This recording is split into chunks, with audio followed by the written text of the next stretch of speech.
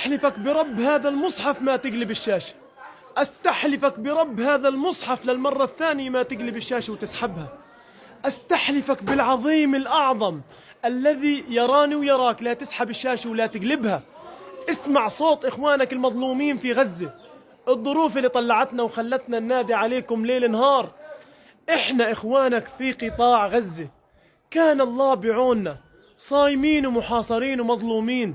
اعملوا لنا بس كل الحركات الموجودة على يسار الشاشة، شاركوا معاناتنا وهونوا علينا ونفسوا عنا.